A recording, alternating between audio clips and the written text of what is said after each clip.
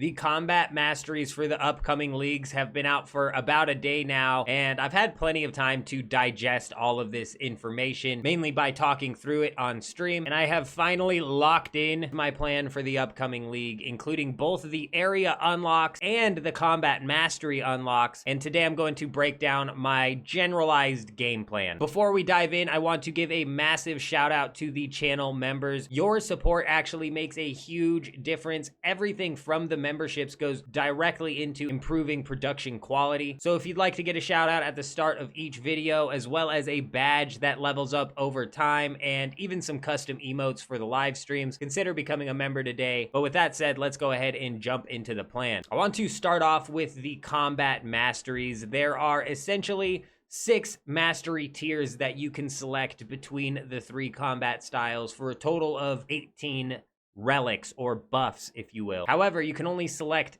10 of these. This does allow you to do something that you haven't been able to do in other leagues, and that is actually mix and match your combat power. So this means that the main thing that we need to decide is which combat mastery we are going to level up to that final tier. And for me, it came down to between melee and range. With melee, when you unlock that 6th tier, your shadow attacks could definitely end up providing a lot of extra damage, especially if they proc 3, 4, 5, 6, even up to 8 times. However, when we jump into range at tier 6, you are never going to miss. And if we look at the tier 1 buff, your minimum hit gets boosted, making range just an absolutely insane choice. I'm just picturing how much of a piece of cake the Inferno is going to be when using this never miss relic. And this is ultimately why I decided to main range this season, especially because the desert is such a strong region to unlock. However, before we get into the regions, we still have 4 points to allocate among the other combat styles when it comes to these combat masteries, and I've been debating splitting these last 4 points between melee and magic. If I did split them up, the tier 2 melee would unlock the echo hits for us, which sound like a nice extra solid damage boost. And then the tier 2 mage has some solid buffs as well, like the damage boost based on the time in between hits. The problem is I don't really see myself doing much maging throughout this league, and if I needed to, I could always use the Tumican Shadow without any of the league's buffs and probably manage just fine. On top of that, if I split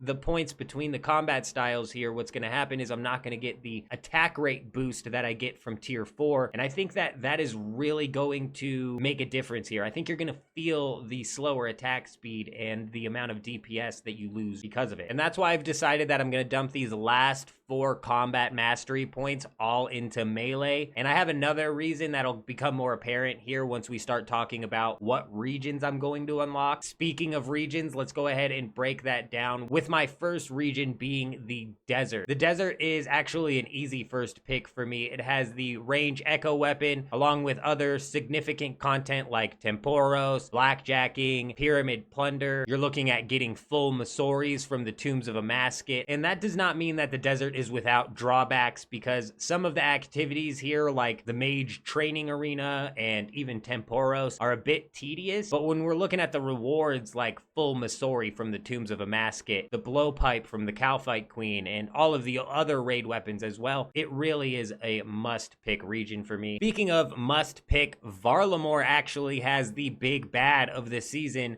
providing what I think will be the most challenging boss, being the Echo Coliseum. It is for this reason alone that I'm picking Varlamore, but the Echo drops from the Coliseum are also a pretty big draw, and inside of the main game, I haven't done much of the content that's available here, so I'm definitely looking forward to checking out some of the mid-game training methods that have just been released inside of Varlamore. But that leaves us with one final region, and for this I'm going to be picking Mauritania. This gives us access to the Theater of Blood, the new spider boss, and even more importantly, the gauntlets of the damned from the Echo version of the Guardians. These are going to make using Barrow's equipment at the very least an interesting thing to mess around with. And honestly, I'm really curious as to how the range combat masteries are going to pair with a full set of Carills and the gloves of the damned, and what sort of performance you're going to get from that. But also, since we're going to be picking the melee route for the other 4 choices, we're going to be able to mess around with all of the other melee sets here, which is just going to give us some extra things to do. I haven't even gotten into any of the tasks that are required to get the combat mastery points, or any of the regular tasks or the skilling relic choices yet. I'm going to save all of that for the detailed step-by-step game plan I'm going to put out before the launch of Leagues. But this is all I wanted to break down inside of this video. Let me know down in the comments what regions you guys are going to be picking and what combats you are going to main. But other than that, I hope you guys all have an amazing day. I'm out.